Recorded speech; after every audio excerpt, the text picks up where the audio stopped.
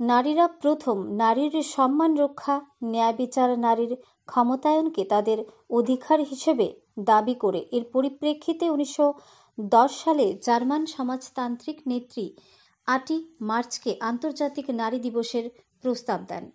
1975 সালে জাতিসংঘ আনুষ্ঠানিকভাবে এই দিনটিকে আন্তর্জাতিক নারী দিবস হিসেবে পালন করার জন্য ঘোষণা করেন। সেদিন থেকে আজ পর্যন্ত 8ই মার্চ আন্তর্জাতিক নারী দিবস হিসেবে পালিত হয়ে আসছে। সারা রাজ্যের সঙ্গে তাল মিলিয়ে সিপাহীজলা জেলাতেও আন্তর্জাতিক নারী দিবস যথাযোগ্য মর্যাদার মধ্য দিয়ে পালন করা হয়। শনিবার বিশ্রামগঞ্জ স্থিত শচীন দেববর্মন স্মৃতি কমিউনিটি হলে সিপাহীজলা জেলাভিত্তিক আন্তর্জাতিক নারী দিবসের মূল অনুষ্ঠানটি অনুষ্ঠিত হয়। জেলা সমাজ কল্যাণ ও সমাজ শিক্ষা দপ্তর, গ্রামীণ জীবিকা মিশন এবং জেলা প্রশাসনের যৌথ উদ্যোগে অনুষ্ঠিত হয় এই মহতী অনুষ্ঠানে মঙ্গল আলোর প্রদীপ প্রজ্বলন করে অনুষ্ঠানের শুভ সূচনা করেন সিপাহীজলা জেলা পরিষদের সভাধিপতি সুপ্রিয়া দাস দত্ত। অন্যান্যদের মধ্যে উপস্থিত ছিলেন অতিরিক্ত জেলা শাসক রিঙ্কু রাঠোর, জেলা শিক্ষা আধিকারিক মলয় ভৌমিক সহ আরও অনেক গুণীজনেরা। ব্যুরো রিপোর্ট, আরই, ধর্মনগর। আশা করি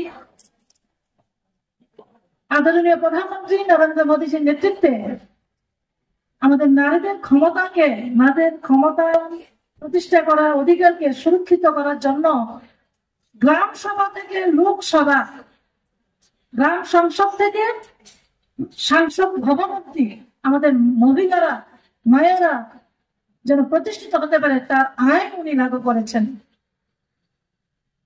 সুতরাং আমাদের মা বোনদেরও এগিয়ে আসতে হবে। আজকে আমরা যদি দেখি 33% রিজার্ভেশন, আমরা কিন্তু তো কোনো আন্দোলন করিনি।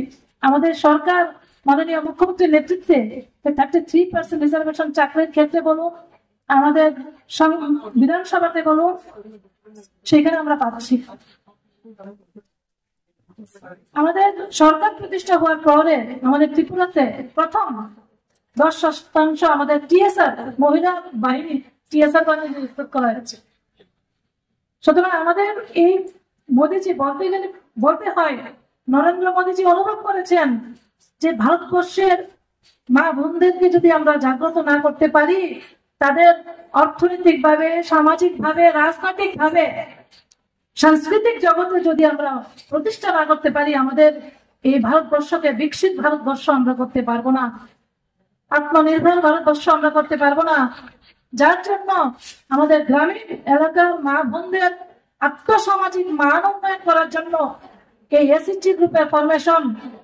আজকে কোটি কোটি মা বোন এই এসএইচজি গ্রুপের সঙ্গে যুক্ত হচ্ছেন। Direct financially benefit, economically development, social development আমরা কিন্তু আজকে দেখতে পাচ্ছি।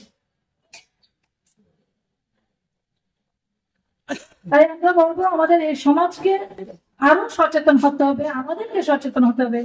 আমাদের জেলা প্রশাসন, আমাদের এই জেলার সমস্ত ডিপার্টমেন্ট, সত্যি আমি বলতে চাই আমাদের যে সরকার, আমরা বলছি যে আমরা শাসন, প্রশাসন এবং জনগণ, জনার্দন আমরা সবাই একসঙ্গে হয়ে আমরা এই ত্রিপুরাকে শ্রেষ্ঠ ত্রিপুরা হিসাবে গড়ে তুলব, যেখানে প্রত্যেকটা অংশের মানুষের আত্মসামাজিক মান উন্নয়ন হবে, নারীরা সম্মান পাবে। সেই ত্রিপুরা আমরা গড়ার জন্য আমরা কাজ করছি, সেই ভারতবর্ষ গড়ার জন্য আমরা কাজ করছি। আমাদের মোদীজি, আমাদের প্রধানমন্ত্রী ডাক দিয়েছেন 2047 সালের মধ্যে আমাদের ভারতবর্ষকে বিকশিত ভারতবর্ষ হিসাবে আমরা গড়ে তুলতে চাই। সেটা একা সম্ভব নয়, প্রশাসনের পক্ষে সম্ভব নয়, আমরা যারা জনপ্রতিনিধি আছি আমাদের পক্ষে সম্ভব নয়, যতক্ষণ না আমরা সবাই একত্রিত হব। আমরা চাই আমাদের ভারতবর্ষ বিশ্বগুরু ছিল, বিশ্বগুরু থাকবে, এবং এই আমাদের ভারতবর্ষের একতা, অখণ্ডতা যেন আমরা সবসময় পূর্ণ রাখতে পারি।